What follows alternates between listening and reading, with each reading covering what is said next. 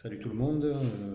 Aujourd'hui, je vais continuer sur la voie et pour vous prouver, si besoin était encore un petit peu, que la vie c'est les arts martiaux c'est la vie.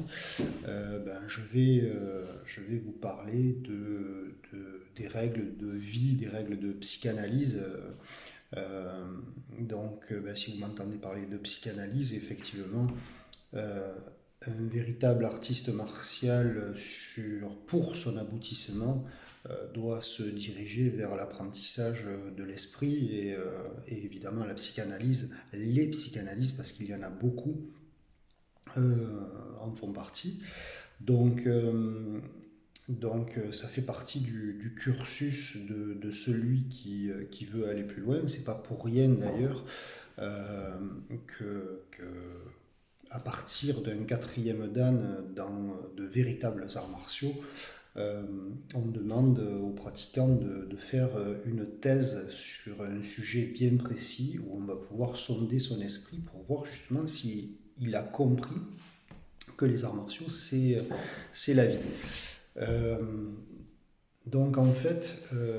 si vous prenez tiens, par exemple Aurélien qui a passé son quatrième degré, donc l'année dernière, il doit me rendre sa thèse et il avait un an pour la faire. C'est une thèse qui est compliquée. Et au plus vous monterez en grade, 4, 5, 6, au plus les thèses sont très difficiles. Elles sont au choix du maître. Et voilà, moi j'ai tenu à faire respecter la tradition, même s'il a passé un grade de Krav Maga. Euh, je pense qu'on est les seuls au monde à le faire, mais non, je pense pas, j'en suis sûr. Mais c'est tellement important, l'esprit du guerrier. Alors, euh, il y a donc 7 règles en psychanalyse qui sont prises en compte de façon majeure. Ces règles, en psychanalyse jungienne par exemple, sont grandement inspirées du bouddhisme. Et ça tombe bien parce que beaucoup d'arts martiaux, parmi les arts martiaux majeurs, beaucoup baignent dans le bouddhisme. Donc le parallèle est très rapidement fait. Vous allez comprendre. En fait, quand en psychanalyse, on essaye de vous faire la paix avec votre passé. Euh, c'est pour une raison, c'est pour qu'il ne vienne pas déranger votre présent et qu'il n'obstrue pas votre futur. Donc, c'est pour vous permettre de vivre l'instant présent sans être ancré dans votre passé et ça va vous permettre de construire un futur. Le parallèle, ça va être que dans le combat, si tu vis sur le coup que tu viens de prendre, waouh, ça m'a fait mal, euh, la suite de ton combat, tu vas la perdre. Parce que tu n'arriveras plus à être dans le présent et du coup, tu n'arriveras pas à construire ton futur.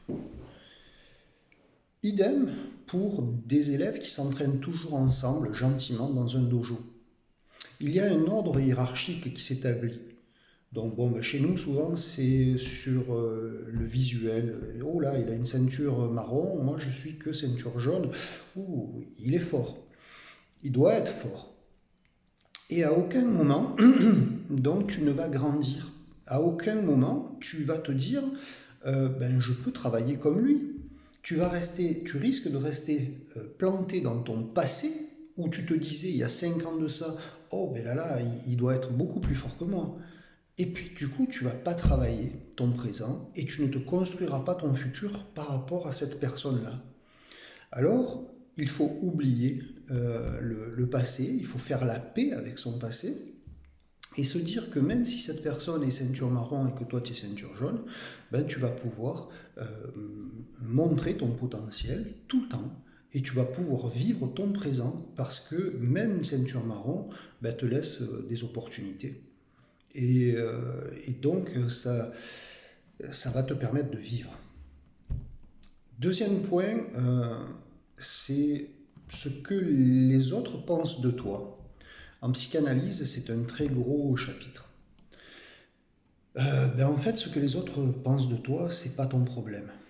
Et ce sont ceux qui veulent véritablement avoir une grosse image d'eux qui s'attachent à ce qu'on pense d'eux. Alors, moi qui suis à la tête de la fédération, euh, ben, je- d'un côté, je suis le fer de lance de la fédération, et de l'autre côté, je suis la cible de la fédération. Euh, mais honnêtement, les critiques, à partir du moment où elles ne viennent pas de grands maîtres, elles ne m'intéressent pas, elles ne me dérangent pas. Euh, c'est quelque chose d'essentiel que de savoir faire le distinguo entre ce qui est une critique qui peut faire mal mais qui va te construire et une critique de jalousie ou une critique infondée. Et ça, tu vas le retrouver donc dans les arts martiaux sur l'exemple que je viens de te dire, ou alors tout simplement quand tu vas commencer à te mettre en mouvement. Tu ne dois pas penser aux autres qui sont autour. Combien d'élèves j'ai qui me disent non mais je veux pas faire le combat souple là devant tout le monde, j'ai honte. On est dedans. Si tu as honte, ça veut dire que tu penses à ce que pensent les autres de toi, à ce qu'ils vont penser. Donc tu t'obstrues l'avenir, tu reprends le premier point, mais en même temps, tu n'es pas dans ton combat, tu le refuses même. Donc si tu refuses un combat, tu l'as perdu. Euh, et tu laisses les autres penser de toi encore pire que ce qu'ils auraient pu penser si tu avais eu le courage de te présenter au combat. C'est un exemple, vous pouvez en trouver des milliers, j'en suis sûr. Ensuite, un des autres points que l'on va bosser en psy, c'est le temps. En psychanalyse, un psychanalyste part du principe qu'il ne peut pas vous soigner en une séance et que le temps va l'aider à vous soigner. Ça veut dire quoi? En fait, dans le combat, ça veut juste dire sois patient. La plupart des élèves, et même des instructeurs, sont pressés d'essayer de gagner. Et en fait, si tu te presses, c'est toi qui crées une ouverture. Donc attention, il ne faut pas confondre une prise d'initiative et partir la fleur au fusil au combat. Une prise d'initiative se fait sur une ouverture que l'adversaire nous donne. Quatrième point, on va te dire que personne n'a la charge de ton bonheur, de ton bien-être, sauf toi. Ça aussi, c'est un gros point. Et en fait, c'est très très vrai. C'est très vrai dans la vie de tous les jours. Même si tu as de très bons amis, ils ne seront jamais aussi intimes avec toi que toi. Ils ne seront pas au courant de tous les détails de ta vie. C'est pas vrai. C'est pas possible. Même la personne qui partage ta vie n'est pas au courant de tout ce qui se passe en toi. Chimiquement, physiquement, mentalement. Donc comment veux-tu que cette personne soit en charge de ton bonheur? Elle va prendre en charge une petite partie, plus ou moins petite, mais en tout cas ce sera une petite partie. Et tout le reste de l'univers de ta personne, c'est toi qui vas être en charge de ton bonheur. Ça veut dire quoi dans le combat? En fait, personne n'est en charge de ton bien-être. Ton bien-être, il est défendu comment? Il est défendu par ton intellect, il est défendu par ton verbal, et il est défendu par ta garde, tes défenses, tes esquives. C'est ça ton bien-être, c'est ton intégrité. Donc, là aussi, c'est une règle psy que l'on adapte aux arts martiaux, ou c'est une règle des arts martiaux qui a été adaptée à la psy. En 5, donc, on va dire qu'il ne faut jamais comparer ta vie à celle des autres. Il ne faut pas les juger, et tout simplement parce que tu ne connais pas ce qu'ils ont enduré, tu ne connais pas les épreuves par lesquelles ils sont passés. C'est une règle de base, et pourtant elle est si souvent enfreinte. Dans les arts martiaux, ne compare pas ton style à celui de l'autre. Comme je l'ai déjà dit, ton cœur ne bat pas comme celui de ton voisin. Tu n'as pas la même masse musculaire que celui de ton voisin. Tu n'as pas le même âge que celui de ton voisin. Tu n'as pas la même taille. Bref, chaque être humain est différent. Même des jumeaux ont des cellules différentes. Donc, il faut se dire qu'à partir du moment où il y a différence, cette différence, il faut l'accepter pour tout. Il est plus rapide que moi, je serai peut-être plus fort que lui. Il est plus souple que moi, je serai peut-être plus impactant que lui. Et ainsi de suite. Ensuite, sur un 6e point, on va te dire en psy que tu as tendance de trop penser, à trop penser. Et on voudra t'expliquer qu'en fait, les réponses, elles vont arriver en temps et en heure. Il ne faut pas toujours être pressé sur sa pensée. Il faut laisser le temps faire. Ça veut dire quoi? Arrête de trop penser. On revient à l'animal. L'animal sent, l'animal se déplace, l'animal regarde, l'animal s'inspire de sa proie. Est-ce qu'elle est au ralenti? Est-ce qu'elle est tournée? Il ne pense pas. À un moment donné, il va s'approcher et il va bondir. Ça va être naturel. Toi, c'est la même chose. C'est-à-dire que tu vas limiter les pensées. Tu ne vas pas t'occuper quand tu t'approches de ta proie. S'il y a un bruit un bruit d'eau du robinet qui goutte dans les WC, ou si... Enfin bref. Les choses essentielles vont te heurter, mais pas tout. Il faut donc être le plus naturel possible, y compris quand tu t'adresses à un instructeur. Tu dois être direct dans tes questions, toujours avec beaucoup de respect évidemment. Hier, un des élèves de ce groupe, une des élèves de ce groupe, m'a dit, m'a posé une question et m'a demandé si ça ne me dérangeait pas, et elle pensait que sa question allait être bête. Et en fait, je lui ai expliqué qu'il n'y a aucune question bête. Aucune. Et une question ne doit jamais déranger un instructeur, encore moins un professeur, encore moins un maître. Un maître doit avoir fait le tour de tous les sujets que les élèves peuvent aborder. Et si il n'a pas fait ça, c'est que ce n'est pas un maître. Il ne doit pas inventer ses réponses. Elles ont déjà été construites bien avant par ses maîtres. Donc il n'y a aucune question gênante et vous pouvez envoyer du direct, respectueusement. Et ça, c'est toujours dans le chapitre du « arrête de trop penser ». Arrête de penser que tu risques de gêner ton maître. Arrête de penser que tu ne peux pas lui poser cette question. Arrête de penser que tu vas le déranger.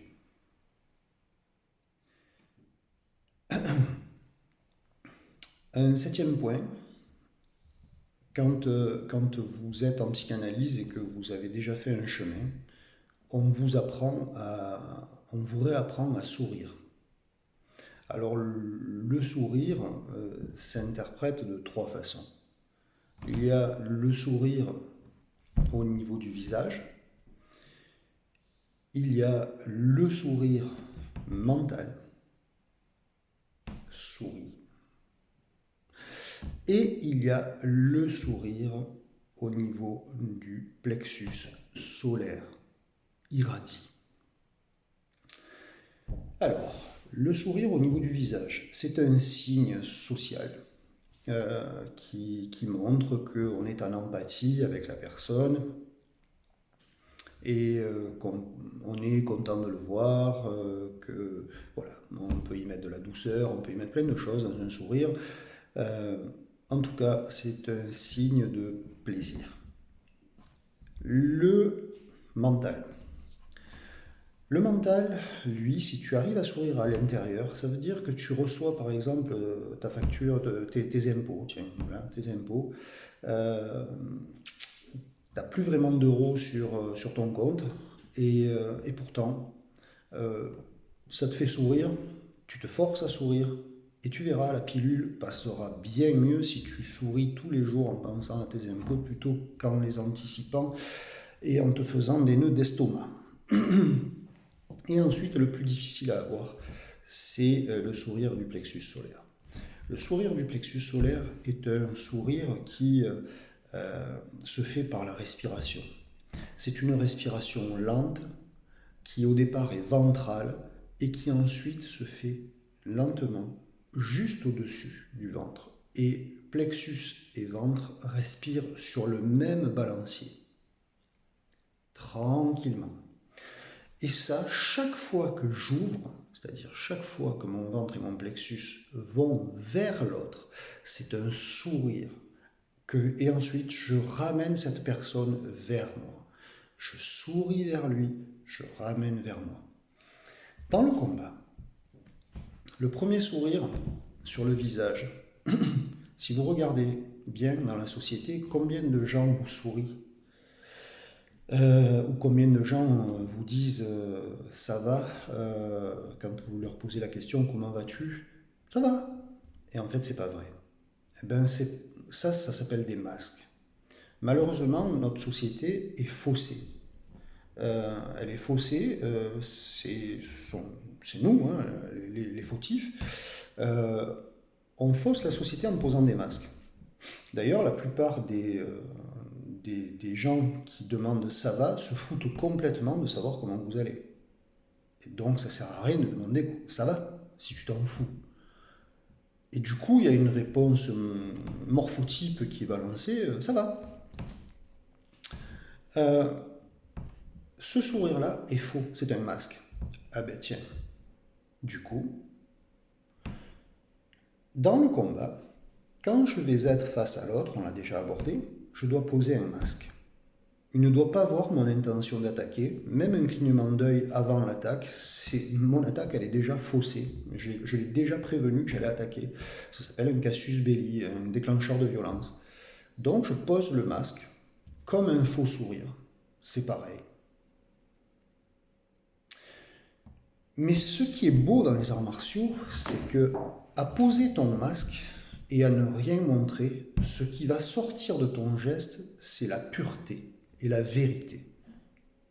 Il n'y aura pas de feinte, il n'y aura pas de choses, de parasites gestuels. Ça sera vrai, ça sera droit, ça sera parfait, ça sera explosif, ça sera invisible. Donc, la grosse différence par rapport à la vie et aux masques qui sont posés dans la vie, c'est que dans les arts martiaux, tu poses un masque pour accoucher de la vérité. Ensuite, il y a le sourire donc mental. Tu vas sourire à ta feuille d'impôt.